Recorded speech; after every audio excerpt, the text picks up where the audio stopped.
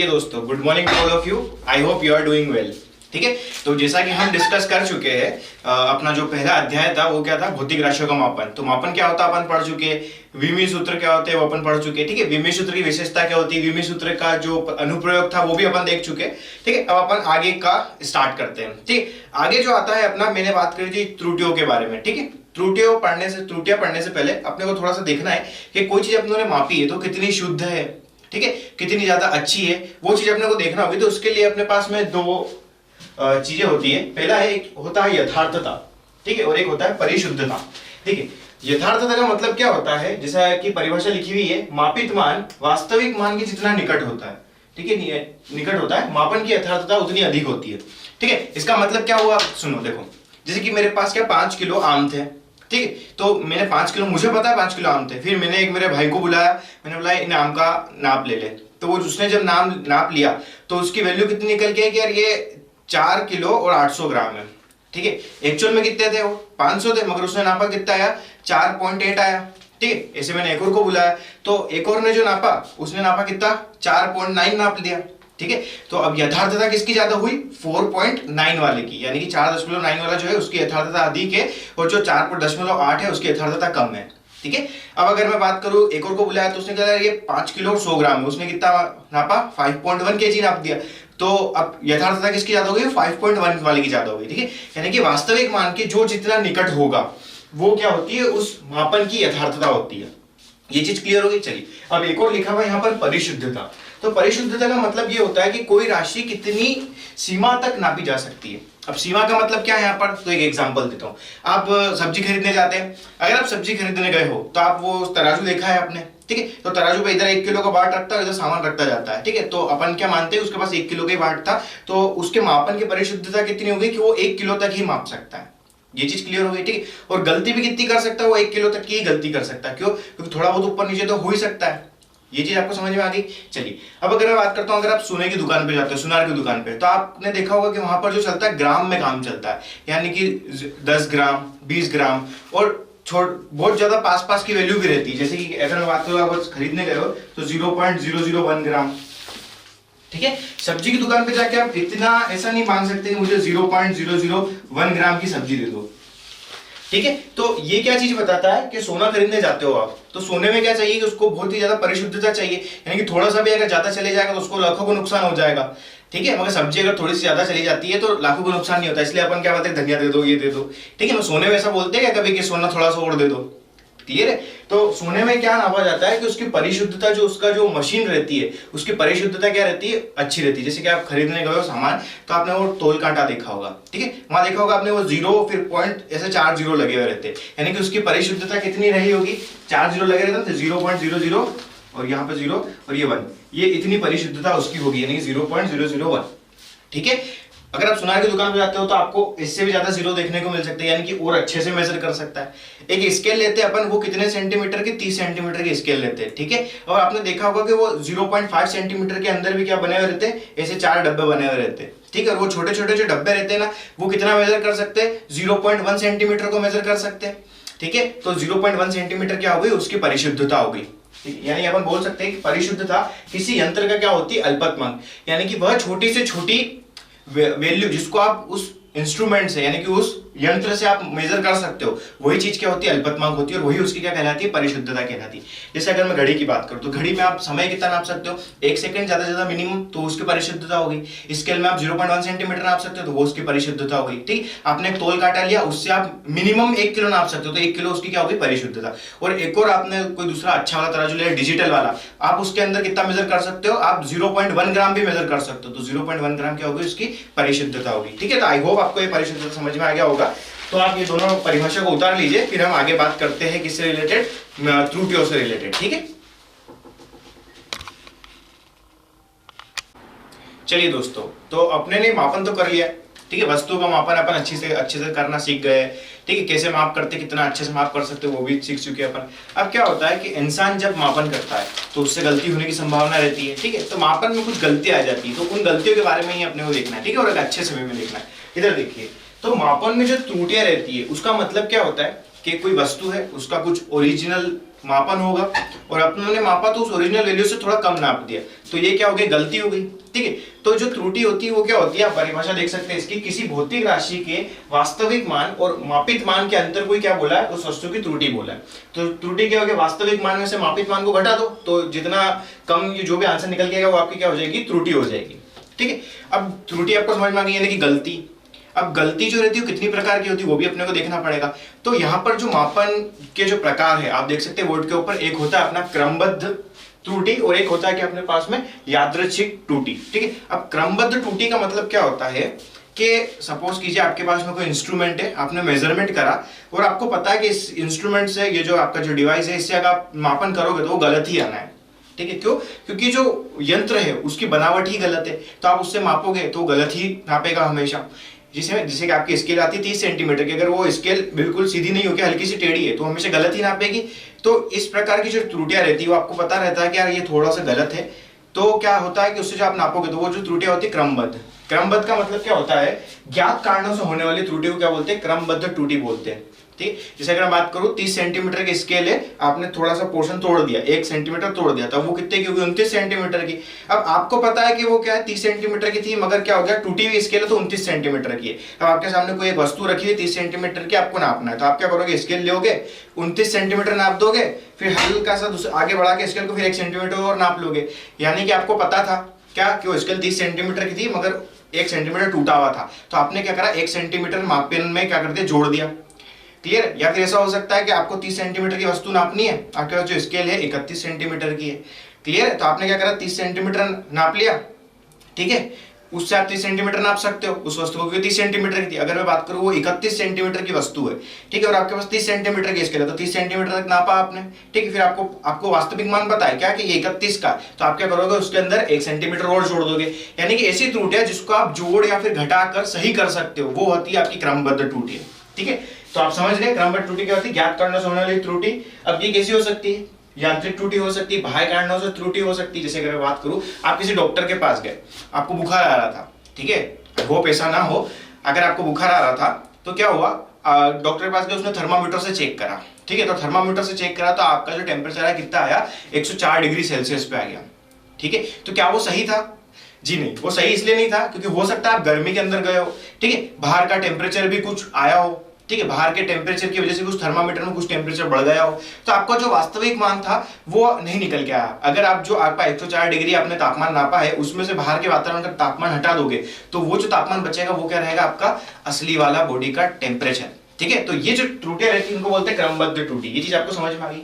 अब यादृच्छिक त्रुटि क्या होती है, अज्ञात कारणों से होने वाली त्रुटि क्या होती है, यादृच्छिक त्रुटि होती है। अब इसका कैसे मालूम पड़ेगा, अब यही लिखा हुआ है अज्ञात कारणों से होने वाली, इसलिए अपने को इसका पता नहीं चलता है। जैसे कि मैंने इंस्ट्रूमेंट से मेजर करा, सब सही दिख रहा है मुझे, फिर भी उसकी वैल्यू जा रही गलत आ रही है। ठीक है, मैंने 2-3 बार नापा, 3-4 बार नापा और हर बार कुछ ना कुछ थोड़ा बहुत ऊपर नीचे हो रहा है। हो सकता है अंदर की जगह कहीं जंग लगी हो, मुझे दिख नहीं रही हो। तो जो अज्ञात कारण रहते हैं उस टाइप की त्रुटि को बोलते हैं यादृच्छिक त्रुटि। ठीक है, अब इसको हम हटा कैसे सकते हैं, जैसे इसमें तो क्रमबद्ध में क्या करा था आपने, जोड़ या घटाव करके हटा सकते हैं। अब यादृच्छिक में क्या करते हैं अपन, बार बार कम से कम यूं मान के चलो 5 से 6 बार अपन उसका नाप ले लेते, नाप ले लिया। अब वो जितने भी नाप आया अलग अलग, उनको क्या करा अपनों ने, माध्य निकाल लिया। माध्य निकालोगे तो एक वैल्यू आ जाएगी, तो वो क्या हो जाएगी, अपने लिए असली वैल्यू हो जाएगी। ठीक है, तो ये चीज समझ में आई, त्रुटियां इतनी प्रकार की होती है, क्रमबद्ध त्रुटियां और यादृच्छिक त्रुटि। ठीक है, तो आप इसको नोट कर लीजिए, फिर अपन आगे बात करते हैं कि जो यादृच्छिक त्रुटि थी उसके अंदर जो अपने बार बार मान लिए थे उसको किस प्रकार से हम व्यक्त कर सकते हैं। ठीक है, इधर आप देख लीजिए बोर्ड पर। चलिए दोस्तों, तो अपन बात कर चुके हैं त्रुटियों के बारे में। अब अपने को क्या बात करनी है कि त्रुटियों को किस प्रकार अपन व्यक्त कर सकते हैं। ठीक है, तो आपको बोर्ड पे दिख रहा होगा किस प्रकार से व्यक्त कर सकते हैं अपन। 3 तरीके उसको व्यक्त करने के लिए, एक है निरपेक्ष त्रुटि, दूसरी है आपेक्षिक त्रुटि और तीसरी है प्रतिशत त्रुटि। ठीक है, अब इनको अपने को समझना है कि ये क्या होते हैं और किस प्रकार से अपन त्रुटियों को व्यक्त करते हैं। तो इसके लिए मैं आपको एक कहानी सुनाना चाहता हूँ, उस कहानी को ध्यान से सुनिएगा। ठीक है, और उसके अंदर आप ये तीनों चीज को आसानी से समझ पाओगे पूरी अच्छी तरीके से। ठीक है, चलिए तो अपन स्टार्ट करते हैं। एक्चुअली में क्या हुआ था कि मैं कुछ सामान खरीद के लाया था। ठीक है, उस सामान का कुछ एग्जैक्ट वजन था। मैंने क्या करा, वो सामान को यहाँ रखा साइड में और 5 मेरे स्टूडेंट को बुलाया और मैंने क्या बोला कि यार ये जो मैं सामान लेके आया हूँ इसका सब अलग अलग वजन करो। ठीक है, मुझे मालूम था उसका वास्तविक मान क्या है, मगर उनको मैंने नहीं बताया कि उसका वास्तविक मान क्या था। ठीक है, उन सब ने क्या करा, उसका मापन किया। ठीक है, तो मापन करने से क्या हुआ, जब उन्होंने उसका मापन किया तो हुआ क्या, सबने अलग अलग मान निकाले। ठीक है, 5 स्टूडेंट थे, पांचों ने क्या करा, अलग अलग मान निकाले। तो अब देखिए कौन कौन से मान निकाले उन्होंने। ठीक है, वास्तविक मान जो था उसका कुछ 5 था, जो मैं खरीद के लाया था 5 किलो था। जब मेरे पांचों स्टूडेंट ने उसको नापा तो कुछ अलग अलग वैल्यू नापी। देखिए क्या नापा उन्होंने, पहला जो स्टूडेंट था उसने नापा कुछ 5.1। ठीक है, अभी यहाँ पर मैं मात्रक की बात नहीं कर रहा हूँ, ऐसे नॉर्मल वैल्यू लिख रहा हूँ, मात्रक कुछ भी हो सकता है। ठीक है, दूसरे ने नापा 5.2, तीसरे ने क्या नापा 5.3, चौथे ने नापा मेरा 5.4 और पांचवे ने नापा मेरा क्या 5.5। ये सबने क्या हुआ, अलग अलग मापन लिए। फिर क्या हुआ कि ये मुझे जानते थे अच्छी तरीके से। ठीक है, तो इन्होंने अलग अलग मान जैसे ही निकाले तो एक स्टूडेंट ने बोल दिया चारों से, अरे यार ये तो अलग अलग मान निकले, अपना सर जो चिल्लाएगा। ठीक है, तो इन्होंने क्या करा, अरे यार एक इंटेलिजेंट था तो उसने बोला एक काम करते हैं, अपन क्या करते हैं, ये अलग अलग मान आए तो अपन इसका क्या निकाल लेते हैं, माध्य निकाल लेते हैं। क्या निकाल लेते हैं, माध्य। तो एक वैल्यू आ जाएगी, वो बता देंगे अपन। ठीक है, तब नहीं चिल्लाएगा अपना टीचर। तो उन्होंने क्या करा, इसका माध्य निकाल लिया। ठीक है, तो इसका जो माध्य निकाला, ठीक है, ठीक है, ये कौन सा है, मापित मान है। जितने भी मान कैसे, मापित मान। फिर मापित मान का क्या करा आपने, माध्य निकाला। तो इसका जो माध्य हो जाएगा क्या हो जाएगा, सारे जितने भी वैल्यू लिए उन सबको जोड़ दो। ठीक है, ये मैंने जोड़ा है इनको। ठीक है, फिर क्या करा मैंने, कितनी बार थे ये, 5 बार थे, 5 बार लिख दिया। ठीक है, इनका अगर मैं माध्य निकालना चाहूं तो माध्य निकालो, कितना हो जाएगा, 6, 10 और 5, 26.5 और बटे में 5। ठीक है, चलिए इसको काटते हैं अपन। 5.3 क्या आ गया, इसका माध्य आ गया। ठीक है, यानी कि वो आए मेरे पास में और मेरे को क्या बोले, क्या सर हमने मेजरमेंट तो करा था मगर सबकी अलग अलग वैल्यू आई थी, तो हमने क्या करा, इसका माध्य निकाल लिया और हमारा जो माध्य आया 5.3 आया। यानी कि 5.3 वो जो आपकी वस्तु है वो हो सकती है ना, उतने किलो की हो सकती है। तो मैंने बोला चलो अच्छी बात है यार, तुमने थोड़ा दिमाग तो लगाया, 5.3 का आंसर लेके आए। फिर मैंने क्या बोला कि चलो आपने जो ये 5.3 का जो माध्य निकाला है, अब आपने जो असली में जो, ये तो आपका क्या हो गया, माध्य हो गया। ठीक है, अब आपने जो असली में जो वैल्यू निकाली थी, जो भी आपका जो भी वास्तविक मान आया था, ये तो आपका माध्य था। वो जो वास्तविक मान आया था, उस वास्तविक मान को इस माध्य में से क्या कर दो, घटा दो, और क्या क्या वैल्यू निकल के आ रही है वो मुझे बता दो। तो बोले चलो ठीक है, वो भी कर लेते हैं अपन। तो उन्होंने क्या करा, ये माध्य कितना निकल के आया था, इतना निकल के आया था, तो इसको क्या बोलते हैं अपन, ए मीन बोलते हैं इसको। ठीक है, तो यहां मैं क्या लिखता हूं, इन्होंने क्या करा, ये जो माध्य निकल के आया था, माध्य में से इनकी सबकी वैल्यू क्या घटा दी, तो ये क्या हो गया, ए मीन ले लेते हैं यहाँ पर, माइनस इसको अपन A1 नाम दे देते हैं। ठीक है, इसको अपन A2 नाम दे देते हैं, इसको A3 बोल देते हैं, इसको A4। ठीक है, और ये क्या हो जाएगा अपना A5 हो जाएगा। ये चीज आपको समझ पड़ेगी। तो ए मीन में से उसने क्या करा, यहाँ पर A1 को घटा दिया पहले वाले व्यक्ति ने, फिर दूसरे वाले व्यक्ति ने क्या करा, अपनी वैल्यू को घटा दिया, A2 को घटा दिया, तीसरे वाले ने क्या करा, अपनी वैल्यू को घटा दिया, यानी कि A3 को घटा दिया, चौथी वाली ने भी क्या करा, अपनी वाली वैल्यू को घटा दिया। ठीक है, और पांचवें वाले बंदे ने भी क्या करा, अपनी वैल्यू को घटा दिया।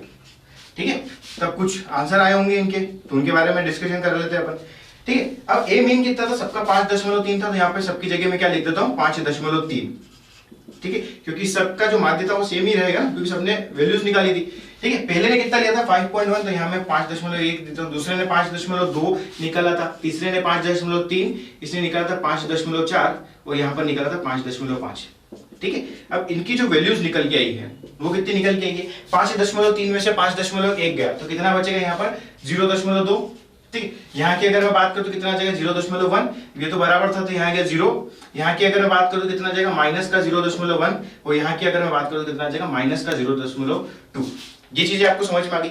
ठीक है, तो ये जो चीज निकल के आई है, ठीक है, ये जो वैल्यूज निकल के आई है यहाँ पर, यही चीज क्या थी, अपनी निरपेक्ष त्रुटि कहलाती है। ठीक है, ये जो चीज थी यही क्या थी, मापन में निरपेक्ष त्रुटियां, मापन में निरपेक्ष त्रुटियां। ठीक है, कितने की गलती हुई, बोले 0.2 की हुई, 0.1 की हुई, 0 की हुई, ये माइनस 0.1 की हुई, 0.2 की हुई। ये चीज आपको समझ में आ गई। ठीक है, अब जो गलतियां रहती है वो कभी माइनस में नहीं होती है। ठीक है, तो अपने जितने भी फॉर्मूले थे वो काय में रहेंगे, ऐसे मोड में रहेंगे। मोड का मतलब क्या होता है, इस मोड के अंदर किसी भी माइनस वाली चीज को डालो तो क्या हो जाती है, वो प्लस की हो जाती है। ठीक है, तो अब मैंने मोड में डाल दिया तो ये पूरी जितनी भी वैल्यू रहेगी काय में रहेगी, मोड में रहेगी।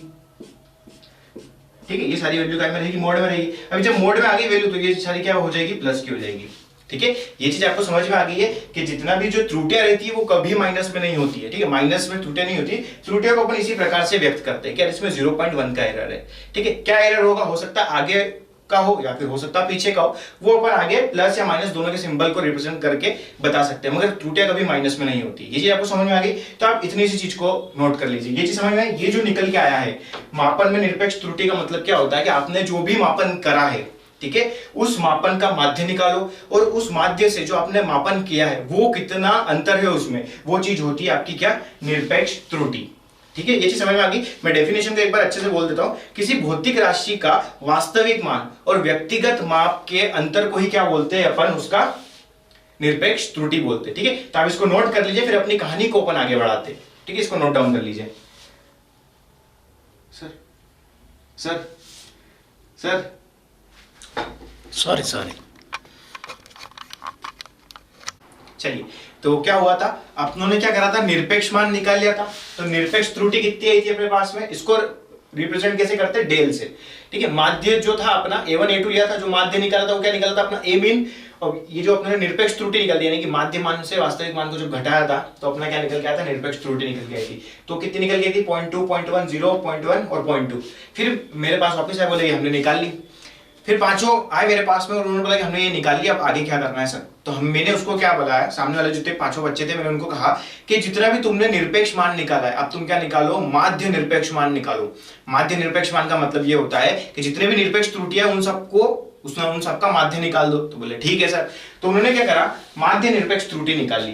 ठीक है, माध्य निरपेक्ष त्रुटि निकाली तो क्या करा, सबको जोड़ दिया और 5 से भाग दे दिया, क्योंकि 5 थी संख्या में। तो ये कितनी है, 0.12 निकल के आई। ठीक है, तो मेरे पास में क्या निकल के आ गया, माध्य निरपेक्ष त्रुटि। इसको डेल ए मीन से रिप्रेजेंट करते हैं और 0.12 मेरे पास में क्या निकल गई, माध्य निरपेक्ष त्रुटि निकल गई। क्लियर है। तो बच्चों ने बोला चलो सर हमने ये भी निकाल ली। फिर मैंने क्या बोला कि चलो तुमने माध्य निरपेक्ष त्रुटि निकाल लिया, अब तुमको क्या करना है, ये जो तुम्हारे पास में माध्य निरपेक्ष त्रुटि है इसका भाग दे दो काय में, जो तुमने स्टार्टिंग में जो माध्य निकाला था उससे।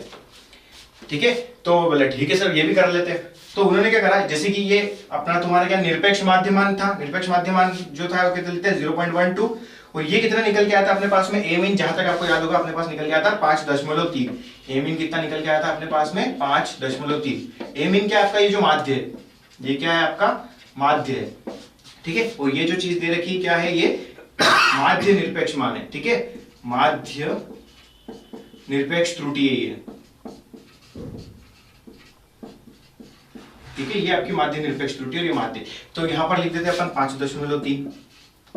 ठीक है, ये चीज समझ में आई। तो ये जब उन्होंने करा, ठीक है, तो इनकी कुछ वैल्यू आई होगी, देखते हैं अपन कितनी वैल्यू आती है इसकी। अपन कैलकुलेट कर लेते हैं इसको थोड़ा सा ताकि जल्दी हो जाए।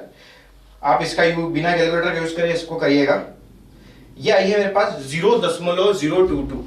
ठीक है, यहाँ पर जो मान आएगा 0.022, ये मेरे पास में एक मान निकल के आ गया। ठीक है, तो ये जो चीज निकल के आई है, ये जो चीज निकल के आई है, ये जो बटे में आप देख रहे हो कि माध्य निरपेक्ष त्रुटि का अगर मैं भाग दे दूं माध्य में, ठीक है, वास्तविक मान के माध्य में, तो यही चीज क्या कहलाती है, मेरी आपेक्षिक त्रुटि।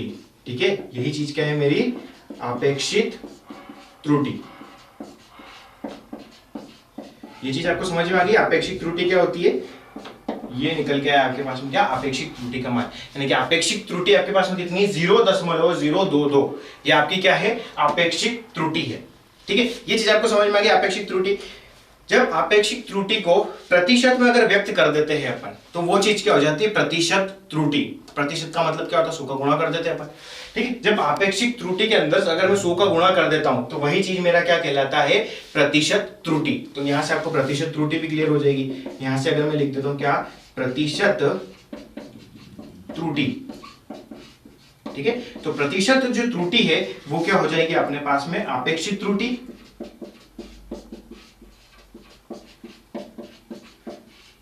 गुणा 100 कर सकते। तो आपेक्षिक त्रुटि कितनी थी, 0.022 और यहां मैंने 100 करा।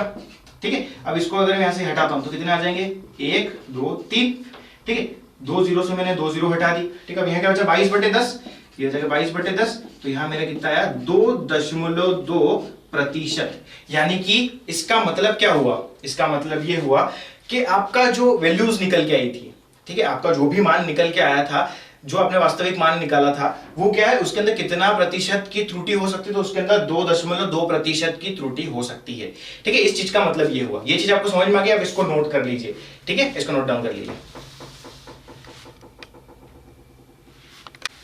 तो जैसा कि हम बात कर चुके हैं, अपनों ने त्रुटियों को जो व्यक्त करने का तरीका था, उसमें जो था निरपेक्ष त्रुटि कैसे निकालते वो भी देख ली थी, अपेक्षित त्रुटि कैसे निकालते ये भी देख लिए, है ना, प्रतिशत त्रुटि कैसे निकालते ये भी देख लिए। अब जो अपने पास जो वैल्यूज आई थी उनको प्रदर्शित कैसे करें, ठीक है, जैसे कि टीचर के पास वो मेरे पास लाए होंगे, सब निकाल लिया, मैंने बोला प्रदर्शित करो, तो प्रदर्शित करा उन्होंने कैसे, प्रदर्शन करने का तरीका होता है, जो उन्होंने माध्य निकाला था वो, फिर प्लस माइनस का साइन लगाकर जो उन्होंने त्रुटियों का माध्य निकाला था वो, इस प्रकार से लिख के वो मेरे सामने लिया है। यानी कि प्रदर्शन उन्होंने कैसे किया, 5.3 उनका क्या निकला था, माध्य निकला था, और 0.12 जो था उनका क्या निकला था, माध्य निरपेक्ष मान निकला था। यानी कि प्रतिशत त्रुटि निकली थी, तो त्रुटि कितनी निकली थी, 0.12, तो उन्होंने क्या करा, 5.3 प्लस माइनस 0.12 ये मेरे सामने लाके रख दिया। बोले आपने जो भी मेजरमेंट करा था वो 5.3 प्लस माइनस 0.12 होगा। अब इसका मतलब क्या, इसका मतलब ये कि मैंने जो उनको वस्तु दी थी, उन्होंने मेरे को आके कहा कि सर अगर आप कोई भी पांचवा या छठा व्यक्ति लेते हो, उसको बोलते हो जा मेजरमेंट करके ला, तो वो क्या करेगा, अगर वो नापने जाएगा तो वो हो सकता है 5.3 के आसपास ही नापेगा, ना इससे ज्यादा ना इससे कम, और कितना आगे पीछे जा सकता है तो वो बोलेंगे मुझे कि 0.12 आगे या फिर 0.12 पीछे जा सकता है, उसके अलावा नहीं जा सकता। हाँ ये बात सही है, क्योंकि आपने माध्य निकाला है और कोई भी गलती करेगा तो माध्य के आसपास ही गलती करेगा।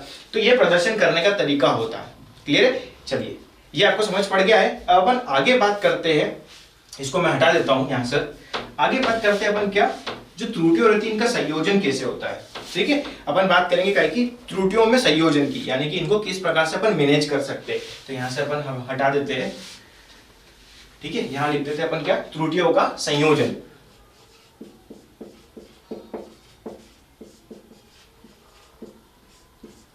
ठीक, अब त्रुटियों का जो संयोजन है इसका मतलब क्या, देखिए क्या होता है, कोई भी चीज अपनों ने मेजर करी, ठीक है, एक मेरे पास में क्या थी, एक स्केल थी, मैंने इसको नापा तो इसमें कुछ गलती आई थोड़ी सी, एक स्केल हो गई, फिर मैंने क्या करा, एक दूसरी स्केल ली तो उसमें भी कुछ गलती आई, ठीक है, फिर मैंने क्या करा, दोनों स्केल को लेके जोड़ के एक नई स्केल बना दी।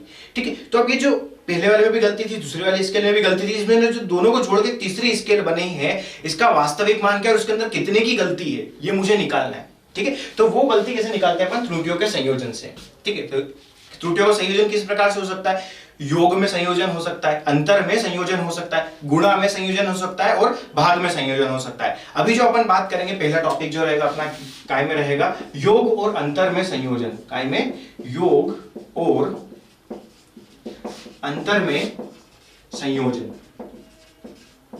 ये चीज आपको क्लियर हो गई है। चलिए, अब मैंने क्या बोला, मेरे पास में क्या था, प्रतिरोध थे। ठीक, जैसे कि आपने 9वीं कक्षा में पढ़ाई होगा, 10वीं कक्षा में भी पढ़ाई होगा प्रतिरोध।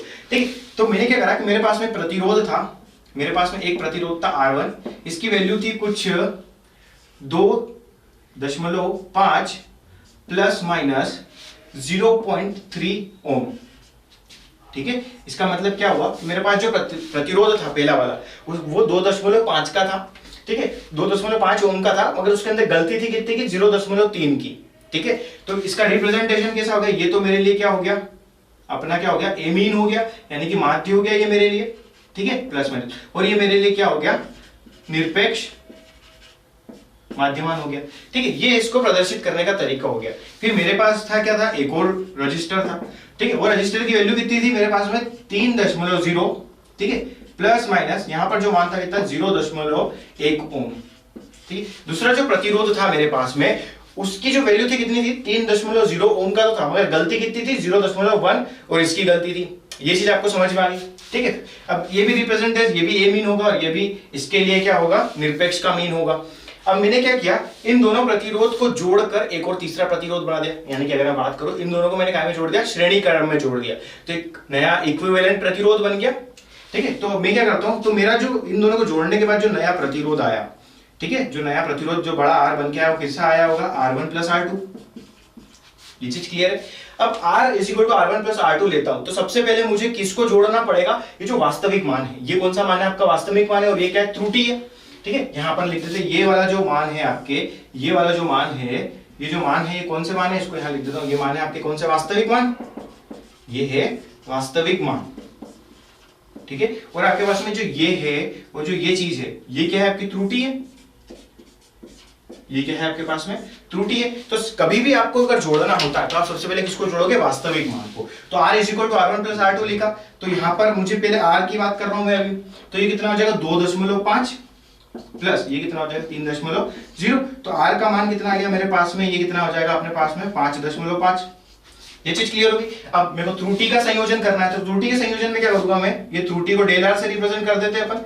यहाँ कितना हो जाएगा डेल R1, ये कितना हो जाएगा प्लस डेल R2, ठीक है। इसकी अगर मैं बात करूं तो ये मेरे पास हो गया क्या R1, ये मेरे पास हो गया R2, ये मेरे पास क्या हो गया, मेरे पास में ये हो गया अपने पास में डेल R1, और ये मेरे पास में क्या हो जाएगा यहाँ पर डेल R2, ठीक है। ऐसे ही अपने कुछ रिप्रेजेंट करा था वहां पर भी। चलिए अब डेल आर की अगर मैं बात करता हूं तो डेल R1 कितना है मेरे पास में 0.3, यहाँ पर आ गया प्लस कनेक्शन, और ये कितना है 0.1, तो मेरे पास में डेल आर कितना निकल के आ गया, यहाँ से मेरे पास में आ जाएगा 0.4। अब इसको मैं क्या करता हूँ, प्रदर्शित करता हूँ। तो प्रदर्शन कैसे करूंगा, मेरे पास आर है, आर प्लस माइनस का डेल आर, ये मेरा जो तीसरा जोड़ने से जो बनेगा वो चीज ये निकल के आएगी। कितना आ जाएगा, ये 5.5 प्लस माइनस 0.4 ओम, यानी कि दोनों को श्रेणी क्रम में जोड़ने पर उनका जो संयोजन करा मैंने योग के माध्यम से वो कितना निकल गया है 5.5 प्लस माइनस 0.4 ओम, ठीक है। इसका स्क्रीनशॉट ले लीजिए, फिर अपन बात करते हैं कि अंतर के बारे में, ठीक है। तो आप इसका स्क्रीनशॉट ले लीजिए। चलिए तो आपने स्क्रीनशॉट ले लिया होगा। अब इधर देखिए, अब मुझे क्या करना है, इसका अंतर में संयोजन निकालना है। काहे में, अंतर में संयोजन की अगर मैं बात करूं, अंतर में संयोजन अगर मुझे निकालना है तो मैं क्या करूंगा, देखिए अब कौन सा बड़ा है, इसमें R2 बड़ा है, तो अपन अपनी अच्छी वैल्यू है इसलिए अपन क्या करते थे R2 माइनस R1 कर सकते हैं, जो बड़ा हो आप उसका आगे पीछे कर सकते हो, ठीक है। अब यहाँ पर R2 कितना है 3.0, ठीक है, माइनस करा मैंने क्या 2.5, तो यहाँ पर R की वैल्यू कितनी आएगी मेरे पास में, जल्दी से बताइए, ये 5 यानी कि 0.5 आ जाएगा, क्लियर। चलिए अब यहाँ पर डेल आर की अगर मैं बात करूं तो डेल आर में यहाँ पर मैं माइनस लगा देता हूँ, ठीक है, ये चीज क्लियर है। चलिए बड़ा ऊपर वाला तो अपन उस हिसाब से ले लेते हैं। चलिए तो ये डेल आर हो गया, ऊपर क्या ले लेते हैं अपन 0.3, यहाँ पर माइनस कर देते हैं अपन, ठीक है, माइनस क्या कर देते हैं अपन 0.1, तो ये जो डेल आर हो गया ये मेरे पास में कितना हो गया 0.2, ठीक है, ये चीज समझ में आ गई, ठीक।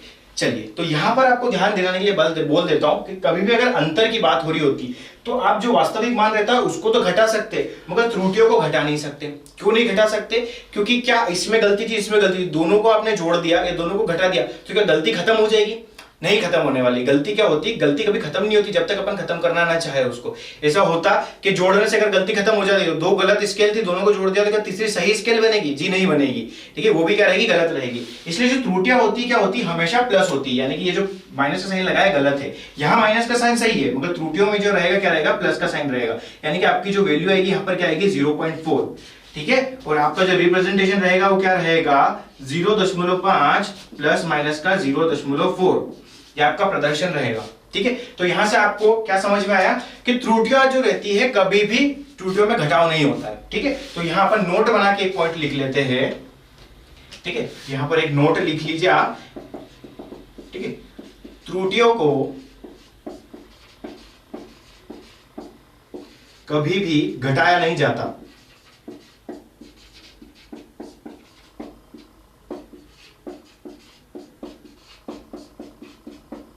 उन्हें जोड़ा जाता है,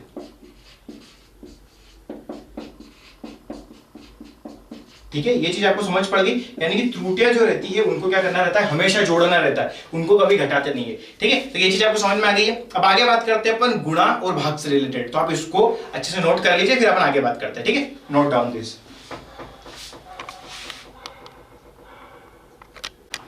देखिए दोस्तों, अब अपन बात कर चुके हैं योग में संयोजन की और अंतर में संयोजन की, ठीक है। अब अपने को बात करने का है गुणा में संयोजन की, ठीक है। योग तो आपको समझ में आ गया, अब गुणा कैसे, गुणा की जरूरत क्यों पड़ी पहले वो देखिए। देखिए आपके पास में कोई किसी चीज का क्षेत्रफल है, क्षेत्रफल का मतलब क्या होता है, लंबाई गुणित चौड़ाई।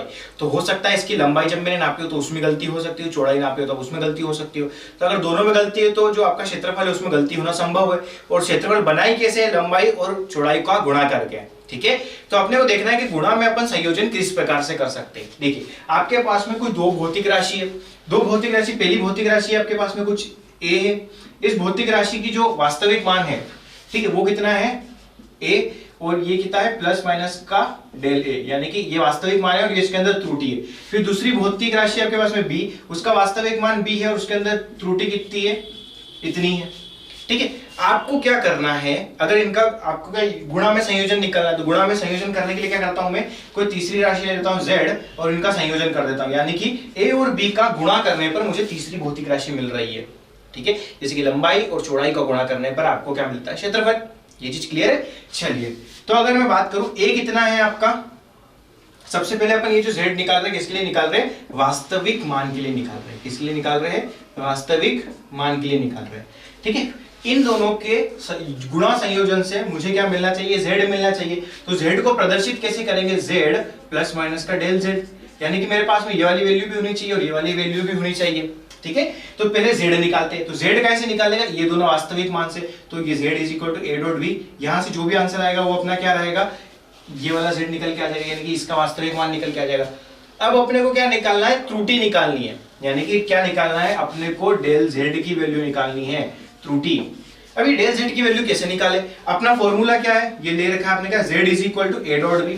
कुछ नहीं करना है आपको, ये z दिखा, ऊपर लिख दीजिए डेल z और इसके बटे में लिख दीजिए z, यानी कि z को क्या लिख दिया, डेल z अपॉन में z।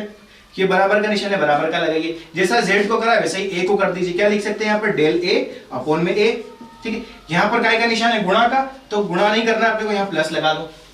ठीक है, यहाँ पर क्या है, b है, तो इसको भी क्या लिख दो, डेल b अपॉन में b।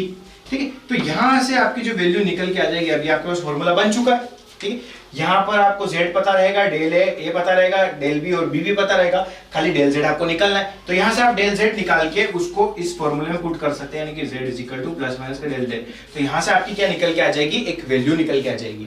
ठीक है, अब ये तो हो गई थ्योरी की बात। अब अपन इसको प्रैक्टिकल रूप में देख लेते हैं थोड़ा सा, एक एग्जाम्पल के थ्रू। ठीक है, इसको आप नोट डाउन कर लीजिए। ठीक है, इसको नोट डाउन कर लीजिए, मैं हट जाता हूं थोड़ा सा। चलिए दोस्तों, तो अपन क्या देख लेते हैं, एग्जांपल देख लेते हैं।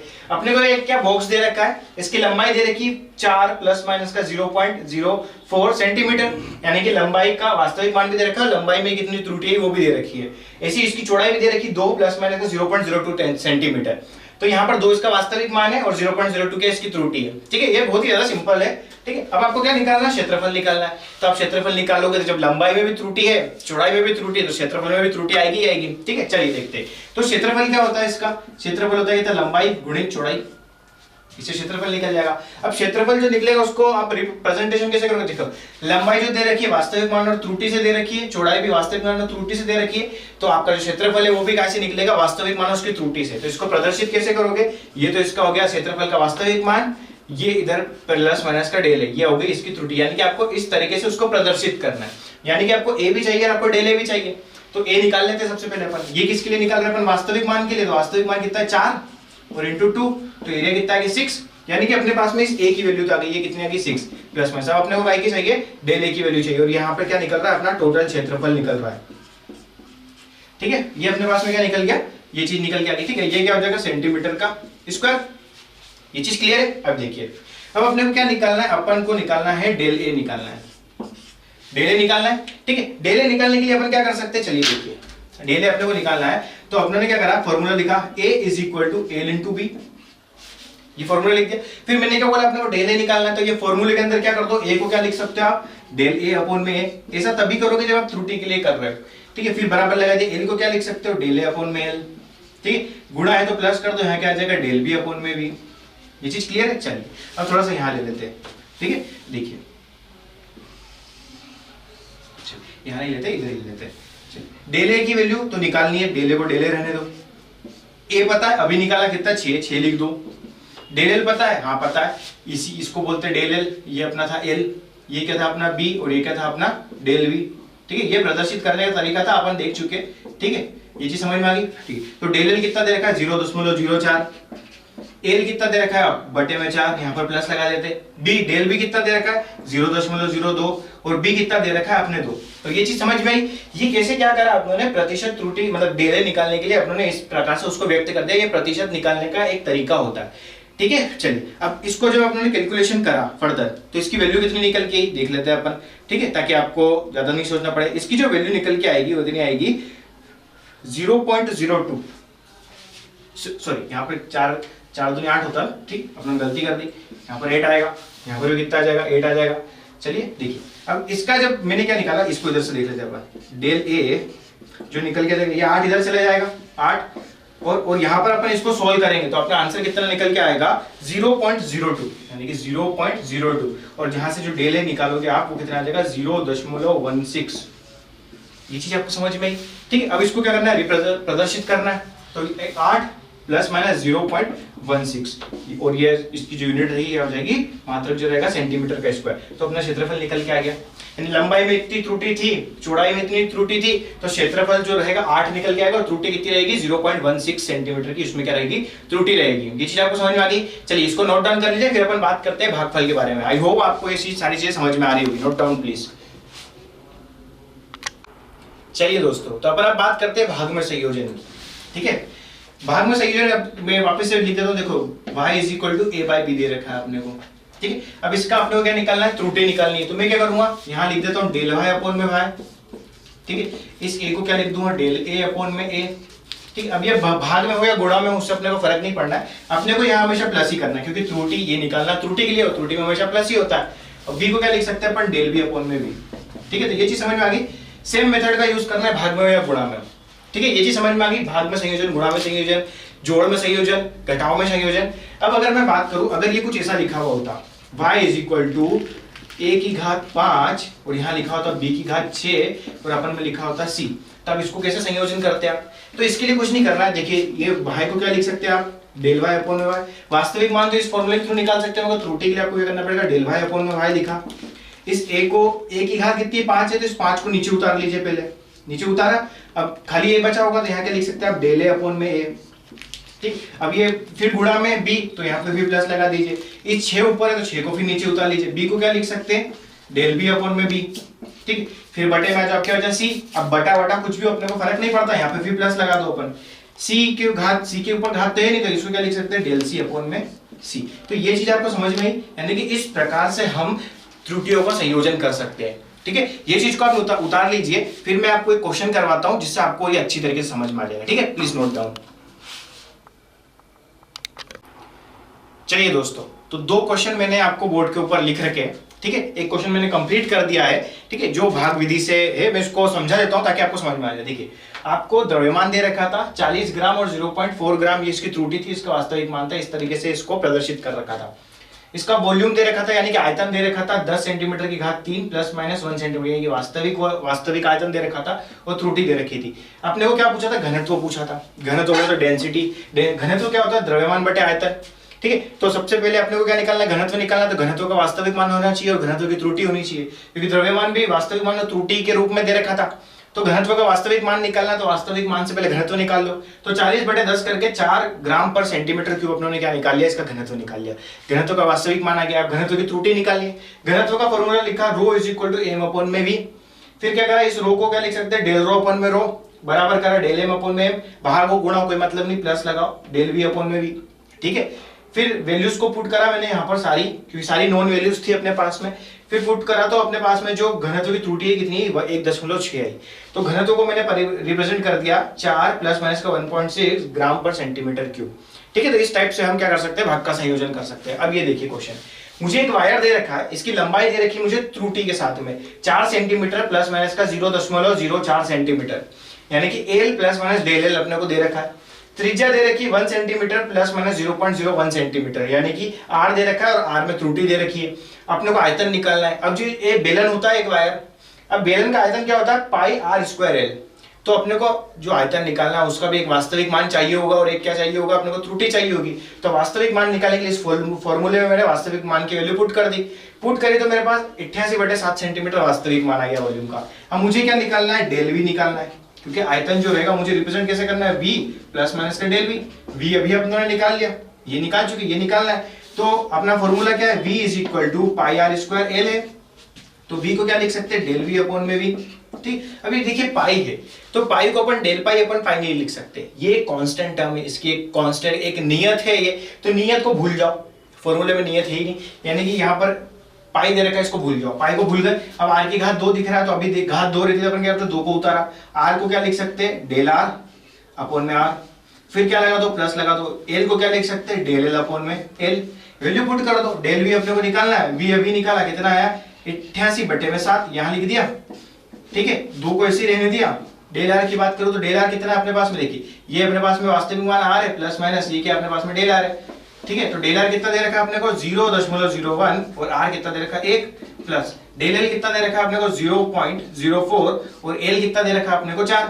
अब जब आप इस पूरी इक्वेशन को सॉल्व कर दोगे तो आपके पास जो वैल्यू निकल के आएगी वो आपका डेल वी हो जाएगा, ठीक है। तो इस डेल वी को आप निकालिए कितनी वैल्यू रहती है और इसके अंदर पुट कर दीजिए, ठीक है। तो ये जो टॉपिक था अपना त्रुटियों का संयोजन, यहाँ पर अपना जो पहला चैप्टर रहता है, यानी कि अध्याय जो पहला रहता है भौतिक राशियों का मापन, वो समाप्त होता है, ठीक है। इसके बाद हम बात करेंगे काइकर सदिशों के बारे में, सदिश क्या होते हैं उससे रिलेटेड जानकारी अपने को हासिल करना है, ठीक है।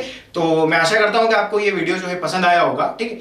अगर आपको कुछ और जानकारी चाहिए कि किस तरीके से आप आगे के लेक्चर्स भी देख सकते हो तो आप हमको डायरेक्ट मैसेज कर सकते हो या हमको कांटेक्ट कर सकते हो, ठीक है। तो आप इसको नोट डाउन कर लीजिए ताकि हम अपना नया चैप्टर कल से स्टार्ट करेंगे, ठीक है। थैंक यू सो मच, आप नोट डाउन कर लीजिए।